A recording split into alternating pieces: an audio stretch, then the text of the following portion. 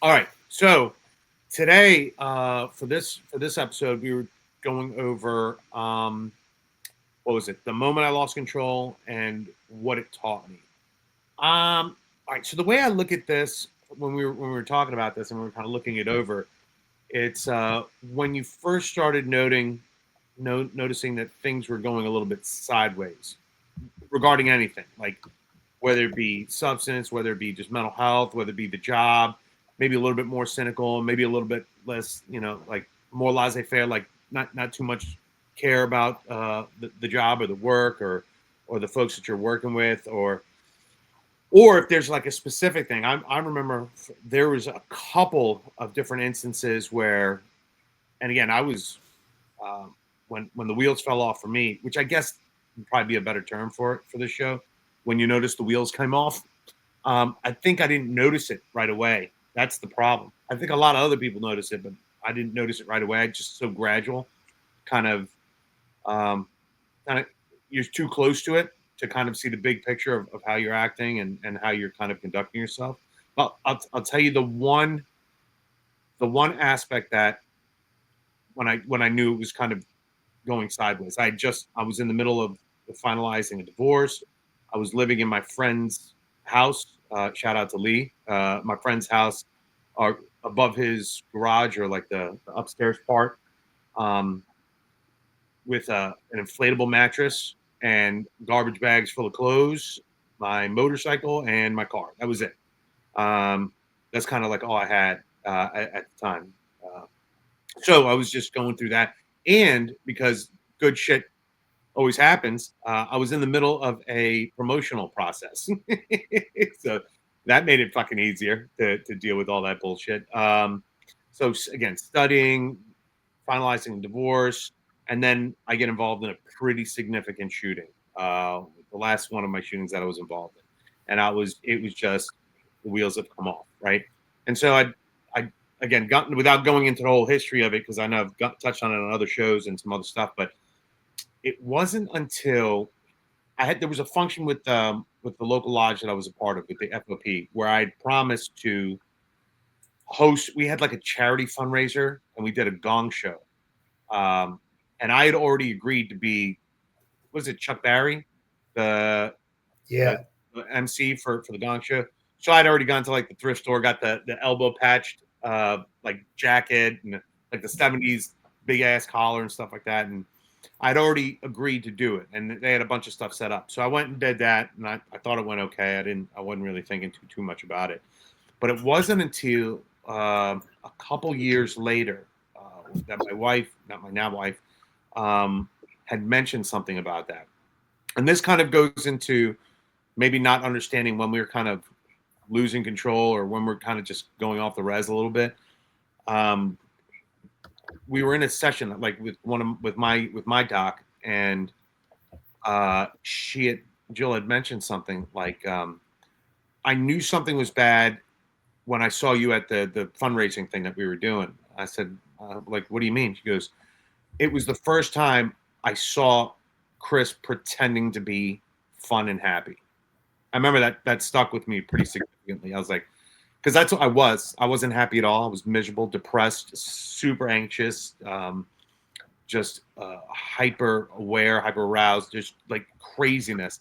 And then I was just trying to pretend like everything is just the same old Chris. And that was one of the things that when and then going through treatment and getting help and then having my doctors and stuff like that, they were like, I said they were asking me they asked me initially like what was the worst thing about all this stuff, and again taking a life and doing all this stuff and just how I was treated, how I wasn't treated, good, bad, otherwise, and blah blah blah.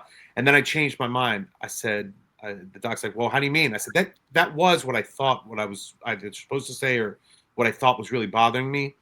But the one thing that really bothered me the most, and when I realized that it had gone beyond what I could kind of handle, was when um, I'd realized that all the work and my life and everything had taken place had stolen the innocence of that happiness, or like uh, taken, dulled my personality, or like taken that joy, stole that joy a little bit, where I was like, I wasn't as happy anymore.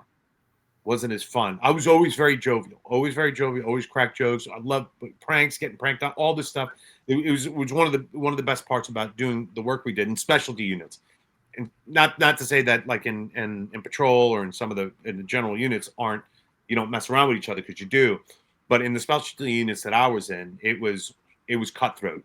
Like you they would call like if you hit somebody with a good joke, you'd be nicknamed Viper, because the fangs came out and just hit you on the side of the neck. That bothered me. I was pretending to be happy, which is interesting, because I was talking to somebody earlier that was starting a program in one of the states that I was visiting, and the big question was, how do we know, in starting a peer program, how do you know that somebody's not going to take advantage of the program? And I had asked that same question to a really good friend of mine, Mark, over at Boston Peer Support, and he goes, they are going to take advantage of it. They're like a very small portion. He goes, you know what's more important, Chris, that you need to be focused on? I said, what? He goes, more people are pretending to be okay than they're pretending to be hurt. And I'm like, fuck, that makes so much sense, because that was me all over. I was 100% pretending to be okay when I wasn't. And so I don't know that I noticed it right away. I think I was just still like in the reactive stages of grief and loss and just miserable and just all this sorts of shit. That looking back, I have a better blueprint of that's when it started going sideways. Heavy drinking. I mean, I could have taken medals for the degree of I mean, I had my game was stepped up to the umpteenth level, right? But back in the day, and Doug, back me up on this. That was our culture. We played hard, we worked hard, definitely. I mean, we put blood, sweat, and tears into work. But I guarantee you, we're going to play just as hard. And some of the best, and I hate saying it, but I kind of enjoyed it a little bit. It's some of the best times I had were, again, when we were cutting loose, when we were having fun. Long term, that doesn't work out so well, as most people that know me know that. But it's just, again, rather than giving you a definitive moment of like when I knew I lost it, with some little exceptions here or there where I don't think I thought I lost it, but I thought, well, that's not like me.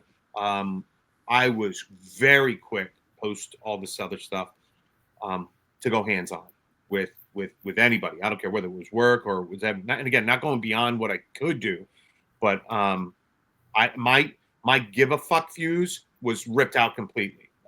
Like that drop of a hat. We were getting into it, and again, not unjustified. I think that's what worries a lot of folks, and it worried me too, because I had gone right back into doing search warrants, which is fucking insane. I just come back, and the supervisor, who I think hated me, R.I.P. Larry, he passed. But on the board, before we're doing a search warrant, it lists where you are, going first through the door, second, third, who's the RAM, who's perimeter, who's going to be doing this, who's the undercover, who's going to be doing all this other stuff that they're kind of putting out there. And I was sitting there right there, and I was like, it's my first day back at work from being involved in a pretty significant shooting. And so I'm waiting. I figured they're going to put me on perimeter, which I was fine with. I was like, all right, cool. But I open it. I'm first going through the door. I'm like, fucking. I was like, Larry. He's like, what's the matter? You're cleared. I was like, dude, I don't know. The last time I was at work, I killed a motherfucker. Why now you want me going through the door first? That's why you went first. That's why you went first, because they're like, he'll fucking do it. Like, yeah, let that psycho go in through the fucking door. Yeah. You know what was scary for me going through that was, by the way, I could give a shit about if I got hurt. That was the last thing on my list. Two things I was worried about. That I wouldn't be able to respond like I normally do, and I'd get one of my teammates hurt. Any member of my team. Once we went kinetic, if I froze or did something or got scared or whatever, and I'm not saying I got scared, because you always do get a little scared, but you control it and you kind of go through it. It gives you that. You're never going to go skipping into a place that's dangerous, right? But I didn't want to not do something when I needed to. Like somebody draws down on me or my teammate, and I pause because I'm thinking about I just done that before. Or here's the second one was I would overreact and shoot somebody or hurt somebody that didn't need to be hurt or shot. And and when I was talking with my doctor, he's like, "So what about you?" You know, I said I could give a shit if I got killed. If I got hurt, killed, I don't give a shit as long as I don't overreact and as long as I don't underreact. That's all I give a fuck about. That was it. So now I don't recommend doing that way, but I figured out very quickly I wasn't going to underreact and I wasn't going to overreact. And of course, the Ram breached the door. We went in, and this thing comes up. I call it a thing because I don't know what it was. A dude, a girl, was about 350, 400 pounds. Comes up from under the table with something in her hand in a fist, and I'm like, oh no! And it was a blinged out cell phone, and I was like, well, that's one way to almost get yourself killed, but it didn't shoot, obviously. But those when I saw that, I was like, I remember thinking, I was like, something ain't right because I used to never feel like that. I was always concerned, hey, I don't want to get hurt, and I want my teammate to get hurt. I'd never in a million years thought I would overreact or underreact. Wasn't even in the span of my understanding. So that's when I kind of initially was like, something's different. And then when I'm hearing all these different things, and like when I was talking to my wife, and she was like, the day that I saw you pretend to be happy, like all those things, then you start looking back at all those times and when you were kind of isolating, maybe separating yourself and stuff like that. And ultimately, when I was like, fuck this, I'm just going to kill myself. I think at the moment, I didn't realize I was losing it.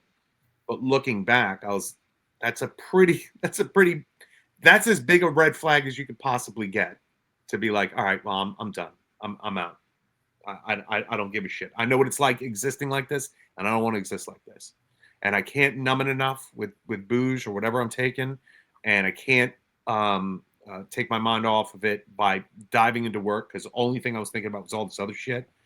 So for me, I think that's when I look back at things, and I look back and I'm going, okay, those are some pretty significant signs that the wheels have not only fallen off the train, and we're not even on the track anymore. We missed the track at least by 14 miles, and the wheels are 37 miles ahead of us. So like I didn't even know what the fuck was going on or what I was doing.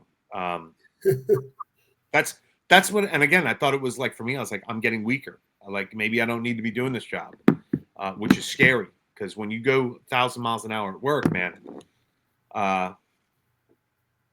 And then you get humbled real quick. So I don't know. Did you have anything like that, Dougie?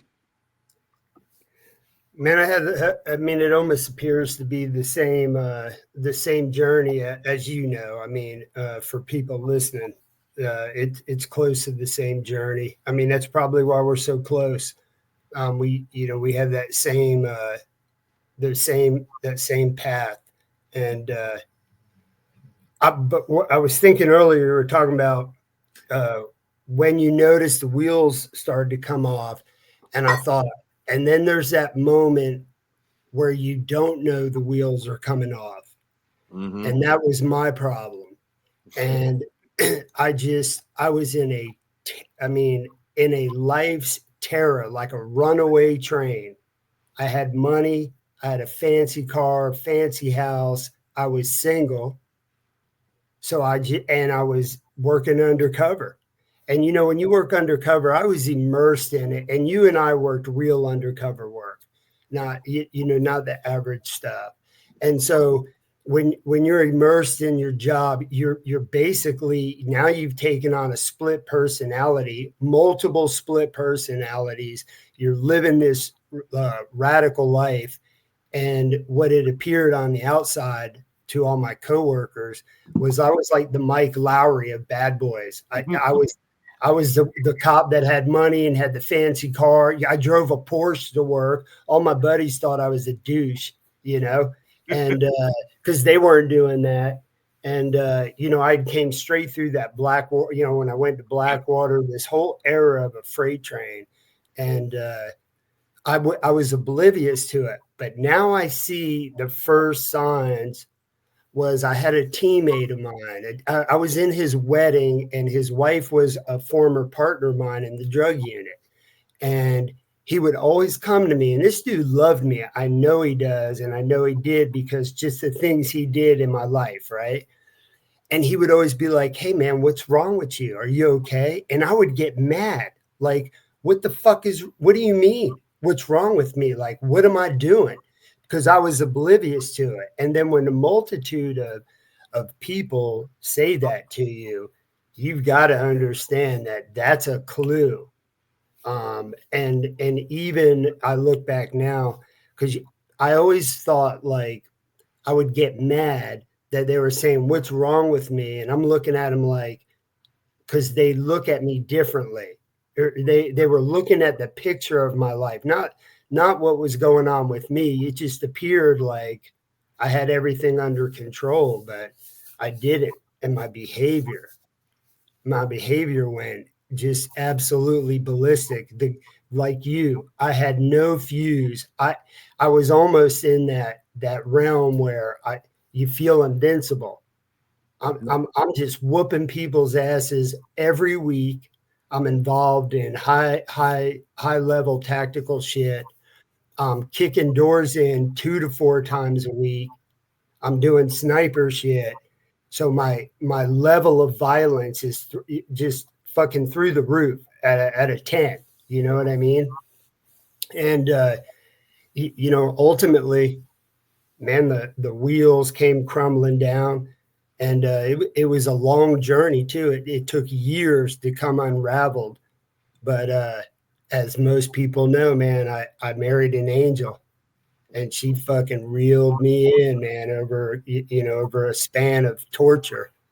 But it took that moment. Like I kind of remember a moment where I was like, okay, because Karen said something to me to the effect, if I remember it correctly, like, "Are you done?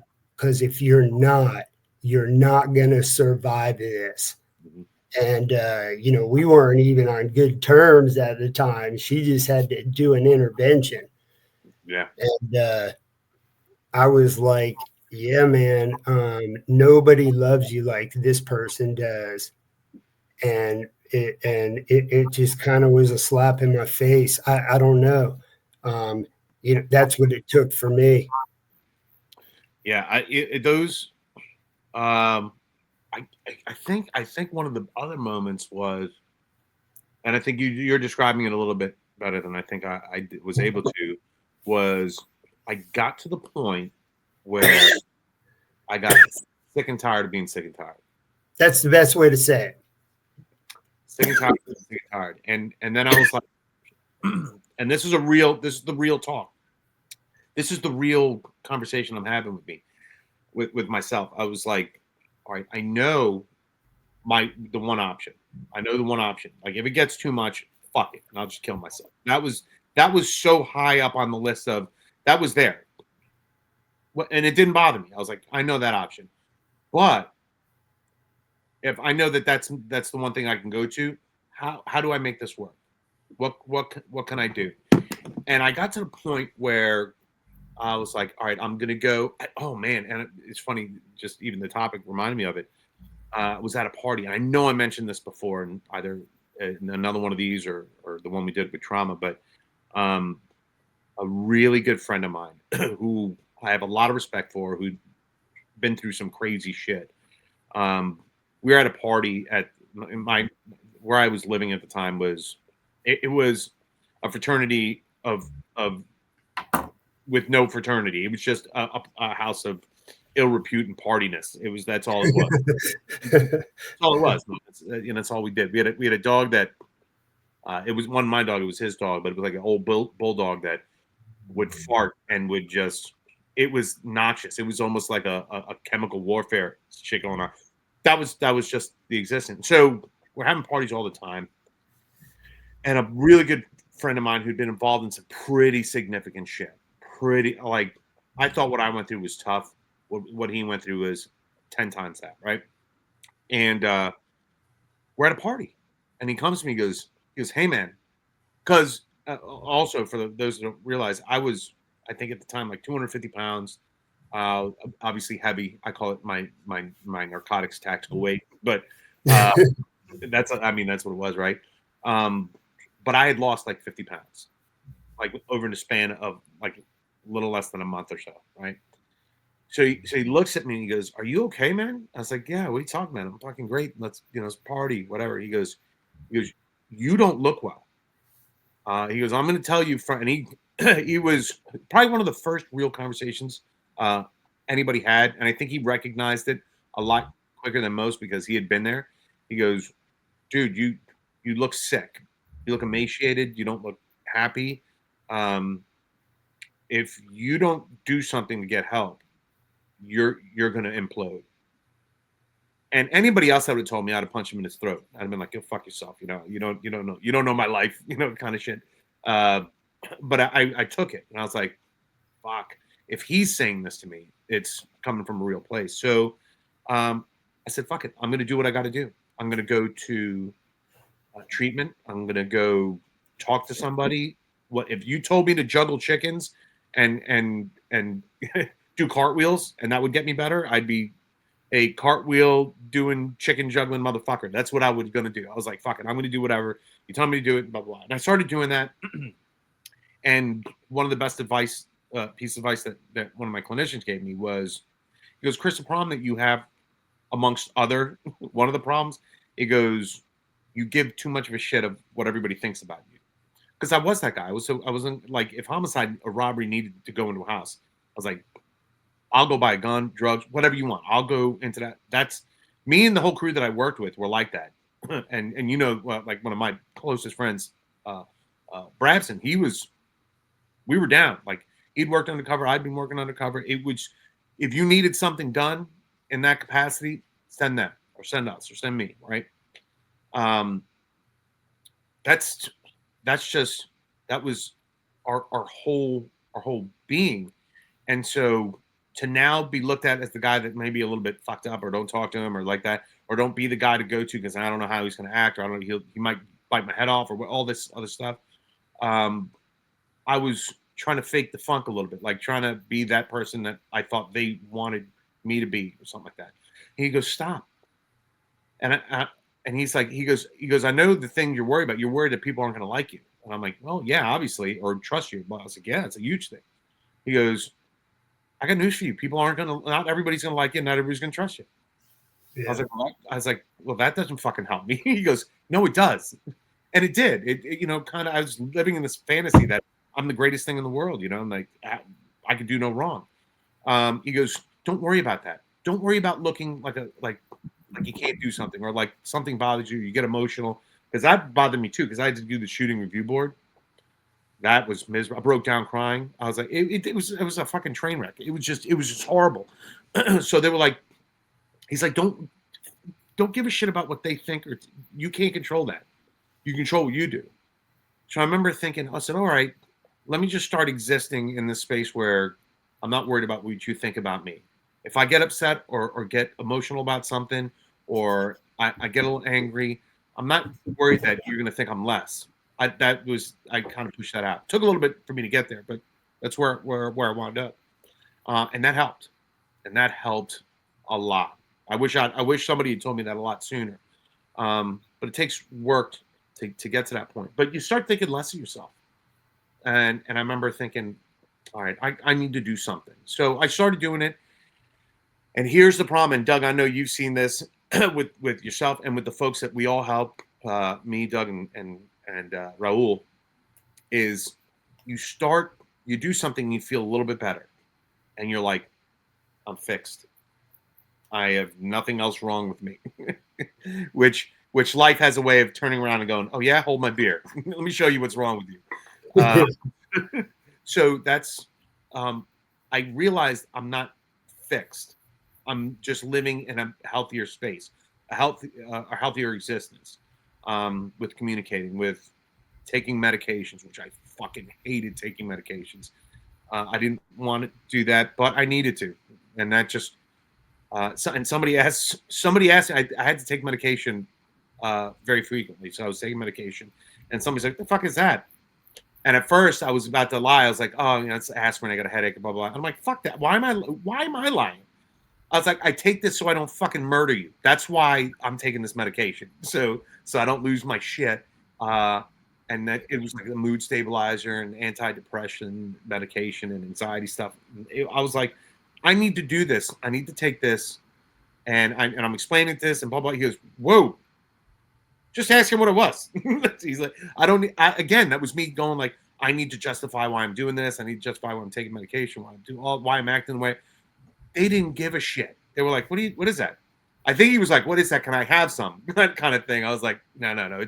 It doesn't make you high. It will make you not want to murder people or cry or laugh at really weird times. But and not feel like your heart's going to explode out of your chest every 4 seconds because of how you're feeling.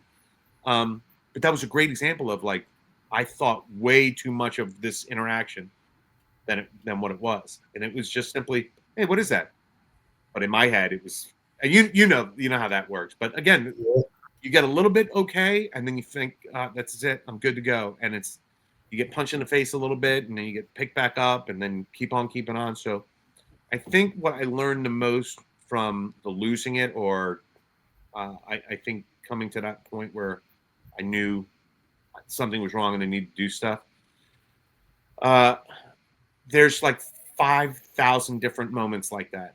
So whether it be immediately after the shooting, or a year after the shooting, or years after the shooting, I'm always trying to make sure that I'm staying healthy. And I was like, well, how do I do that? Well, I didn't learn it overnight. It took years and years and years. And it, like friendships, like myself, Doug, and Raul, we keep ourselves in check, and there's nothing we can't say or do or talk. And like I'm going through something with my family right now that's rough. And Doug has been there. Doug and Raul, hey, how you doing? Like simple fucking, hey, thinking about you, how you doing?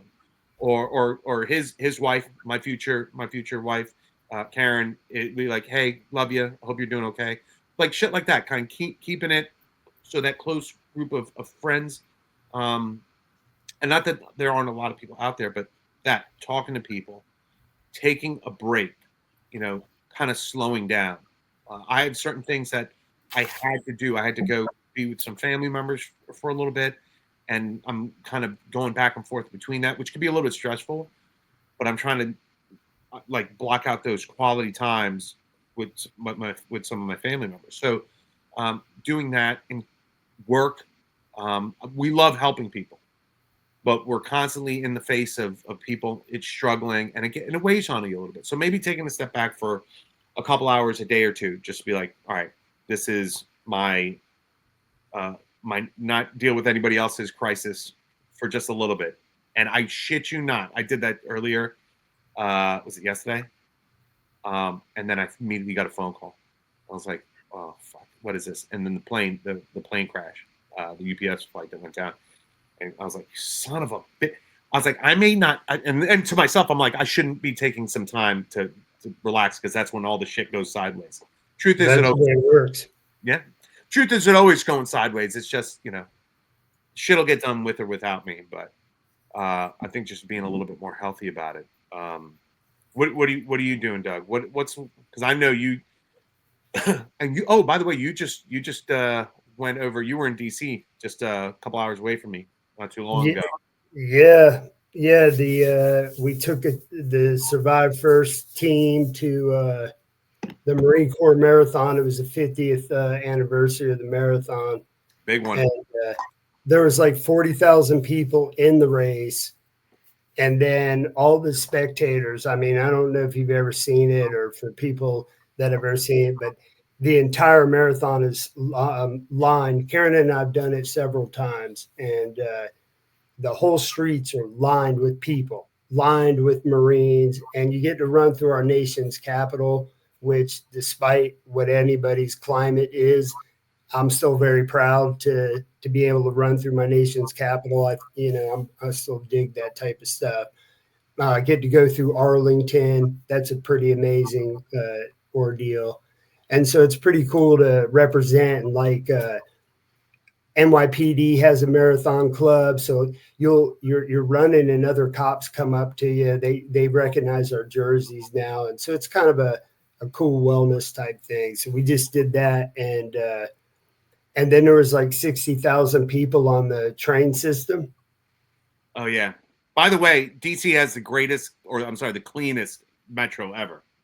Yeah, but I think that's where COVID started because I came home with a new mutated version of COVID. I haven't been like when I got COVID when we all did like back in the day.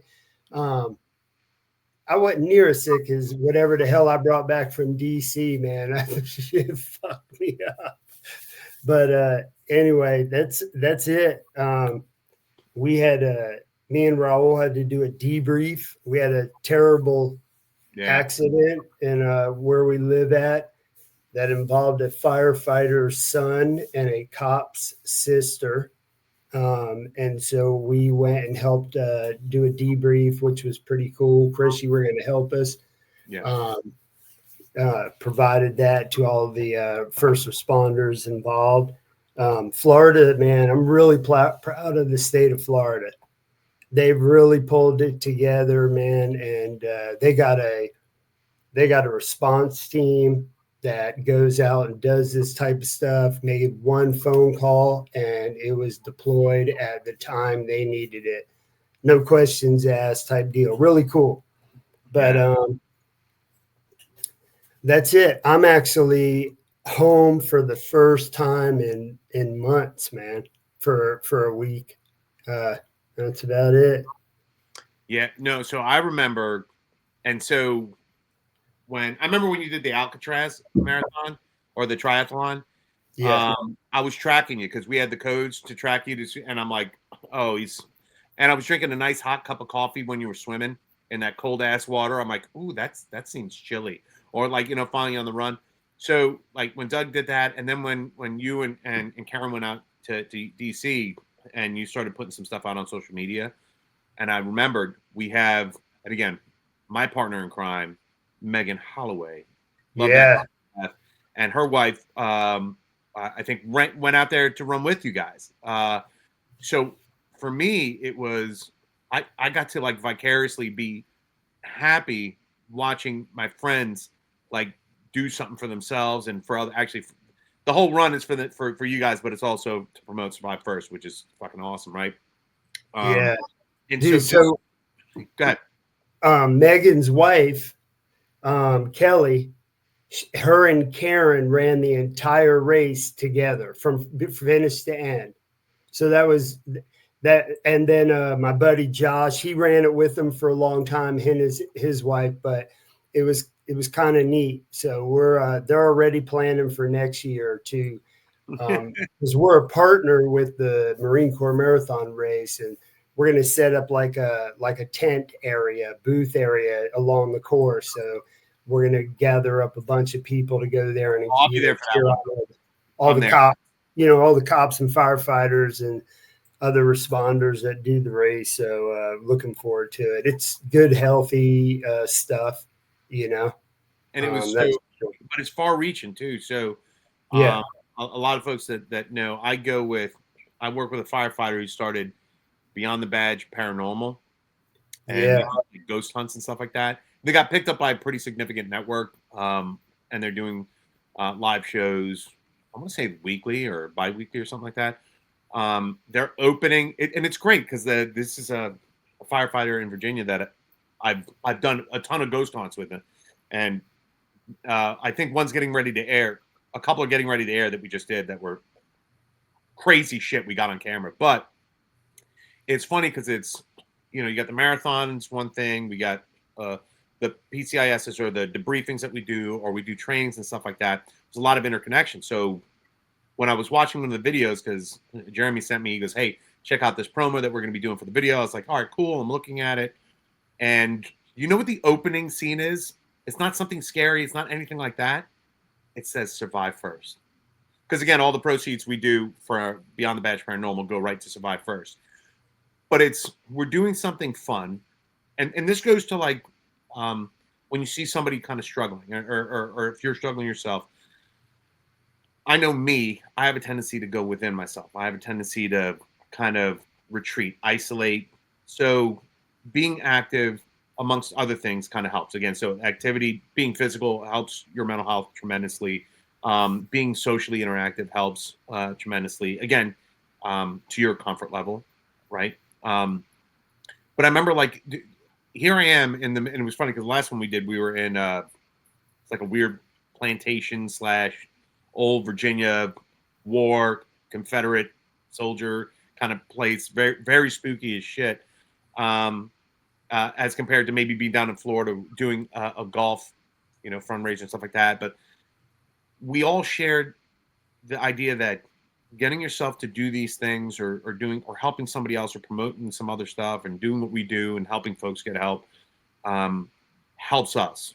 And Doug has said it, Raul said it, I've said it.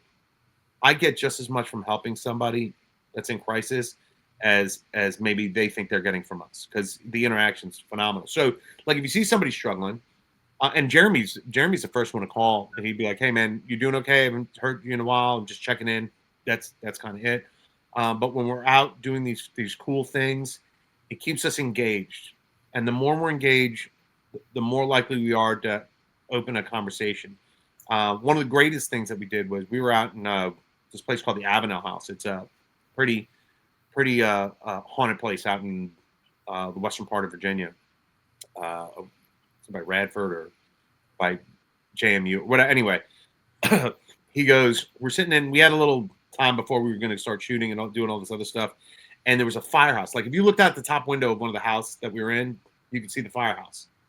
So he's like, let's go over there and promote Survive First and just mental health for first responders. We walked into the firehouse.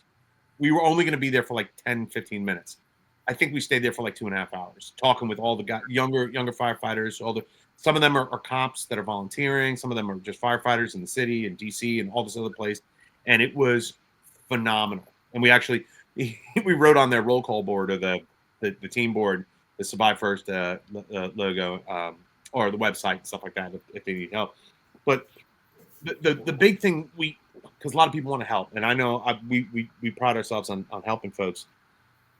Just interact with somebody, or just sit and listen with somebody that you think is struggling. Some people aren't ready to talk about it. Some people are ready to kind of vomit all that stuff all over you.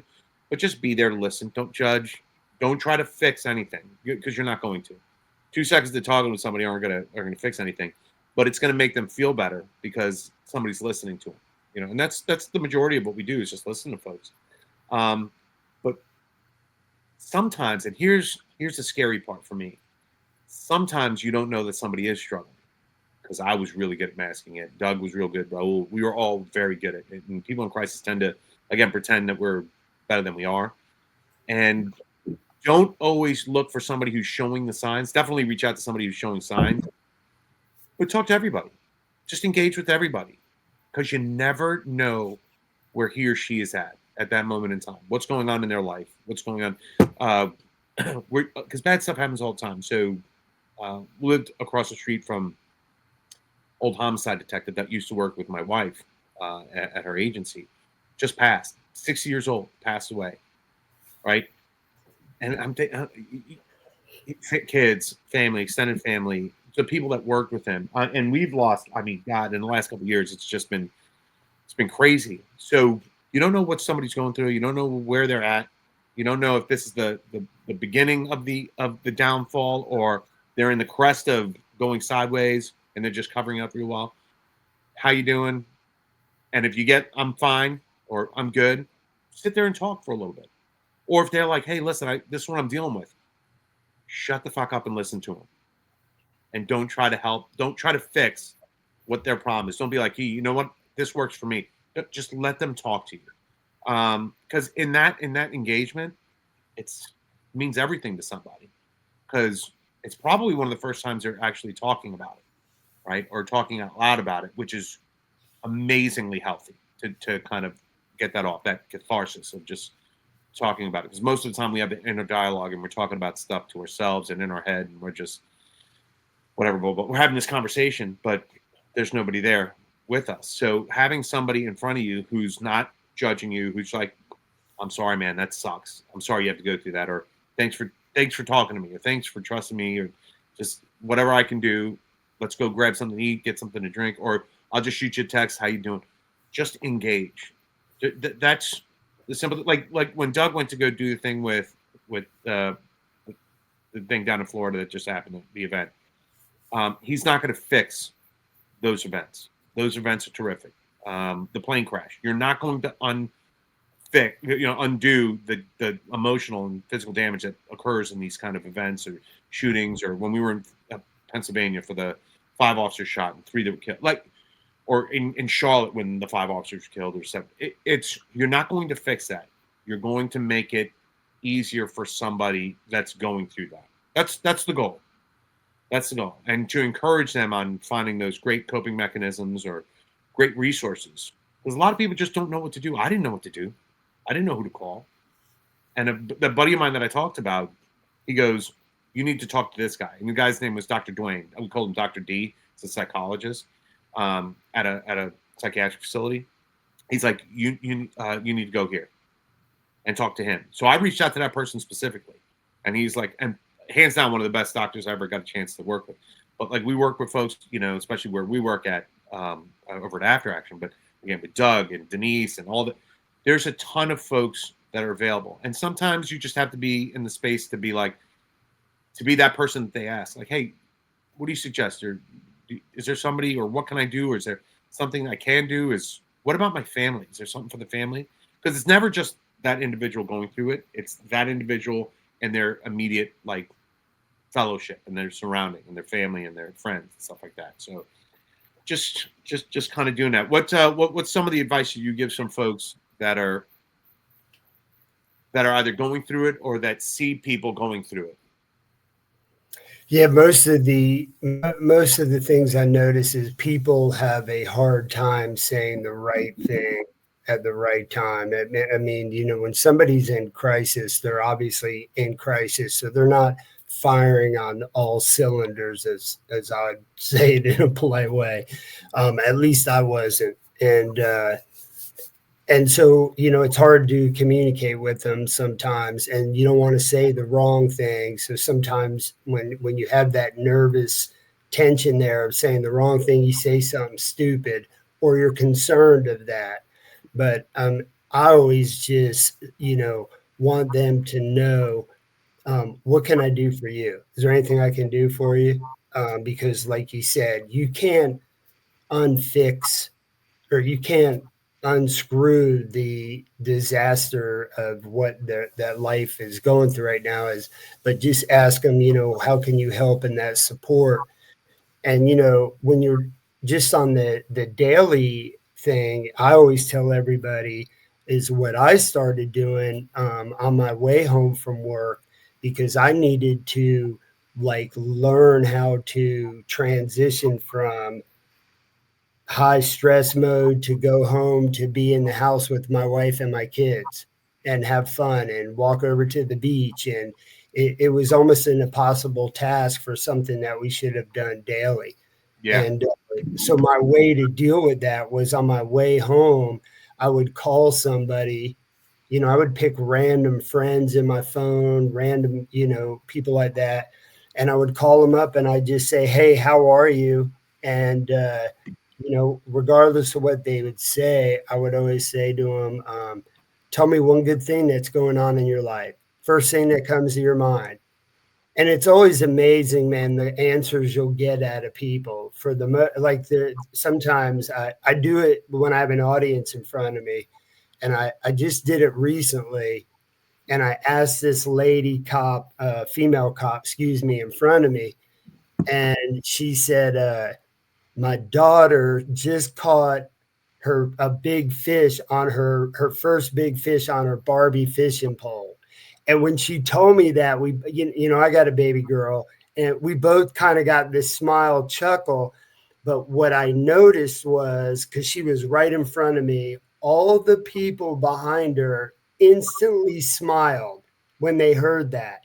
These were all heavy hitters. These were detectives, command staff, all kinds of levels of cops, and in the audience, and everybody smiled. And so I told them that is like, man, that little sparkle of joy, you can bring it out of people with just a simple question of that. That's the tactic that I use.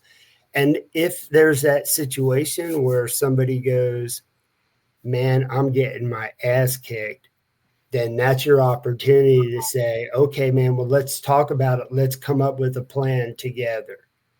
Because I know one thing. I had my moments where I ran crazy on the streets in my career, but I always knew that if I hit that red button on my radio and that open mic fired up, if I called for help, all kinds of people were coming. I work in Florida. We're really close down here, man.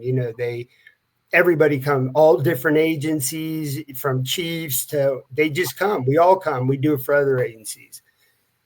And we do that with no problem. I mean, that's just the nature of the game we play. But we fail to do that when we go home, and there's really no difference. Even on a day-to-day call, if you're going to call somebody for backup, hey man, come back me up on this call. There's no difference in calling up somebody and go, hey man, I need some backup with this. I'm fixing to deal with this problem, and I could use some help. There's no shame in that. No shame at all. And so that would be the spectrum of advice I would give anybody. But I would also say, don't do what I did, because I failed miserably the first go round. I'm still trying to keep it all together. It's not an easy task. No, it's it's not. So Yeah. so there's I forget what I was watching, but it rang so true. It's one of the things that I learned significantly about going through all the shit that I've gone through, and seeing people go through their shit is I'm always worried about the shittiness of whatever event or evolution of time frame in life. And somebody mentioned something. I think it was a show that I was watching, but they're like, "So here's the thing: when life is really really good, remember this: it's going to change a little bit." And I'm like, "Oh, that's it. That's pretty ominous. Like, oh my god, it's gonna." So you're doing really great, and all of a sudden, boom. A great example of that is I got like an IRS check for like they took out like an extra $400 or $500, and they gave me a check for what they like over taxed or whatever it was. And I'm looking at a check. I'm like, oh shit, I got $500. I think at that moment in time, the gods of hilarity were like, all right, your sink's gonna break, or your fucking plumbing's gonna go, or your AC, or something in your truck's gonna break, and it's going to cost. And this one, it was funny because I got the check, and I had to get something for one of my dogs at the vet. That it was hilarious. It cost almost identical of what the check came in. And I remember there was two ways of us looking at it. I was like, figures that I would get this really cool thing happen, and then boom, this really bad thing would happen. That's one way to look at it. The other way is this really good thing happened, and then as a result, I was able to not dig into existing funds that I already kind of had it. But so the takeaway from it was more the good times are there, and they're not going to be there forever, or consistently. There'll be bad times, but here's the beauty of that: the bad times that you're in, the shittiness, that also doesn't last. That's what so I was always looking at it as the good times aren't last, and that's the only thing I looked at. I never focused on these shitty times. Those too will pass. That's going to go by the wayside, and there'll be better times. But it's the ebbs and flows. Like great things are going on, and then something kind of bad happens, and then you kind of deal with that. But the good news is it's not going to be like that forever. So with that mindset, the way I felt at the shittiest moment in times, and all these bad things happening, it seemed like the whole world's kind of collapsing. Nothing ever bad happens singly. It's always like 4 or 5 different things are bad or happening. And then I get through it. And then I'm able to look back. I'm like, when I was in the middle of it, like we talk about, in that dark hole, you don't see a way out. You don't see it. It's just dark in there and just miserable. You're like, there's no way out of it. but there is a way out of it. And then you look back and you're like, man, I remember how I felt. Now I know when I feel that way again, I'll be in that moment. I'll do what I have to do to kind of keep on keeping on, because I know that it's going to get better. And sometimes it'll get even better than I remembered it would be. Or, so again, it works on both ways. So you can think of it as just nothing's ever going to be great all the time, or you can think of it as nothing's ever going to be bad all the time. And we'll have these spans. So again, that kind of goes into like changing your mindset and kind of focusing on what you can do, and recognizing certain things there's nothing you can do about. Certain situations, friends dying, or bad events occurring, or financial struggles, relationship. Those bad things are there, but they're not permanent. Nothing's permanent. So that's good. I could kind of get wrapped up, I know for me back in the day, on I only focusing on the bad stuff. And I always make the joke with first responders or vets, you can give them $100 and they'll complain that it's not in 20s. We thrive on finding the miserable shit, or something really good will happen. And you'll be around a bunch of different people. Like, they'll be like, hey, listen, we got this thing. It's going to be pretty awesome. There's going to be a handful of folks who are going to be like, all right, well, now we're going to get ready to get punched in the face with something else that we don't know about. But instead it's the job. Yeah, it's just a way. But listen, how long have we done it? Several decades of doing this work. It's been a lifetime for me doing work in public safety and service of others. I've been doing this my whole life, and I can't believe it's taken me 3 different careers and 4 decades to kind of figure all this shit out. That good stuff is going to be there, bad stuff is going to be there, and it's just on how you kind of bounce back. And because we were dealing with somebody that was struggling, that we wound up getting help, and then kind of fell down again a little bit, but immediately reached out. And to me, that's something that person would have never done prior to that. Like, if they'd have fallen down, they'd have stayed down. But they got back up and they're like, I need some help. And boom, we were right there to help them out, kind of keep pushing. That's the beauty of it. It's not the bad things are going to happen. Bad things are going to happen. Good things are going to happen. What do you do? And that comes down to control. I can only control how I respond to things. I can't control what happens in the situation around me. I don't like to say that we're lucky. Sometimes we are, and I'm much rather be lucky than good. But some things are out of our control. But some things aren't. How I respond to something. I could let something get me down, and my wife is great at this. She's like, I'm going to be upset for this moment of time, and then I'm going to get back on it, get doing what I got to do and stuff like that, which is phenomenally healthy and just unbelievably just self-aware. Just like, give me time to be okay, because it's all right to be sad. It's all right to be upset and angry and all this good shit and just but it's not okay to stay there.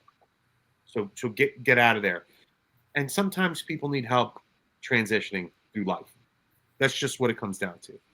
I have yet to meet somebody that can do this all on their own. I don't know any successful person that's done anything on their own, whether it be like healthy or, even the athletes or, and Doug, you know a ton of great tier 1 athletes. You know what I mean? They didn't get there. A lot of it is their drive. Yeah, 100%. But they had the support of family, loved ones, friends to help them. A lot of people sacrificed it so that other people could do what they need to do. And that's just the beauty of it. So again, I have to look out for people, make sure that he or she's doing okay.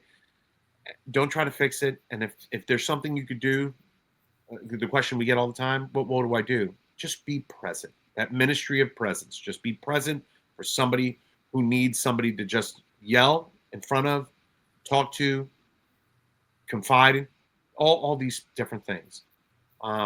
And just remember, ultimately, whatever he or she is going through, that'll pass. And a lot of times we don't realize this, but sometimes, a lot of times, and this is again a psychological term, but the post-traumatic growth. Out of these traumas and out of these horrible things, out of all the horrible shit that's happened to me, I get to be interacting with Karen, Doug, Raul, folks over at After Action, the friends and family like Megan, Kelly, her wife, and all the. Because of that shittiness that I wouldn't wish on anybody, I now have an existence and a group of friends and family that I you couldn't pay for. There's no amount of money that can pay for the amount of awesomeness that I've surrounded myself with, with these folks. And again, to kind of echo that um, again, coming up on Veterans Day too and stuff like that, it's that we're not a hero, but I had the privilege of serving in the company of heroes. So that's the way I look at things. And you're not in it by yourself. And if there's anything that you need, just reach out to somebody. Or if you see somebody struggling, just give them a hand and just be present for them. You got anything? Because I know we're going to be wrapping up here. No, I echo a lot of what you say. I would have said it the same way in just different words. But yeah, just be in people's presence, man. When people are in the darkest places in their life, even at our times, man, in the darkest holes, in the darkest places, it's really lonely, man. And most the time, you just want somebody to be there to tell you it's okay. And you could be that person to help save a life, especially in the world of the first responder world that we're in. Chris, you talked about it a couple times. Man, you just get wrapped up in the bad, and nobody calls the cops for cupcakes. No, man, you people forget that you only get called to such bad situations every day. Even if you pull somebody over to tell them their blinker's not working or their brake lights out, it usually ends up bad because they cuss you out or they got a warrant for their arrest. And it's just always bad, but for the most part. But anyway, yeah. Tis the season, man. The holidays are coming up. Times are tough. And so, I was reading the title as you were talking, the moment I lost control, we talked about that. It's hard to remember sometimes, and what it taught me. And I would say ultimately, man, one of the things it taught me is to slow down. There's all these little cool sayings out there and moments um, in history and in movies where you just have to slow down in life and smell the roses is a term. Mm-hmm. But we have a saying in the special ops world: slow is smooth and smooth is fast. And if you can just slow down, and when I say slow down, not necessarily just have to be on the couch, but slow down the intake that you're taking on your brain. Put the phone down, put the social media down, be in your own surroundings, take in the environment. And when you're with your loved ones, be with your loved ones, not the outside noise. And just that is a positive message you can share with somebody. That's it. Awesome, dude. Awesome. Well, folks, and again, Raul was trying to make it out here, but they're in the middle of a big, swap round, and so Raul's getting pulled like 15 different ways from Sunday. So we know he wanted to be here, but listen, as always, got to give a shout out to Marky who's killing it. We're going to figure out this, and this is less about anybody, just me, Doug, and Raul figuring this stuff out. See how we could do, how the chats work, and how we can answer questions that come in. I think we could do that here, but I don't know. We'll send us a message. If you don't like it, we'll go back to the other platform. Yeah, definitely. But again, also, if there's a topic you want to hear, or you want information on some specific resource that we're working with and what we do and stuff like that, just don't hesitate to reach out. But as always, if you or somebody is struggling, don't know what to do or who to call, give us a shout. Our information's on there. Thanks again, guys, and we'll see you next week.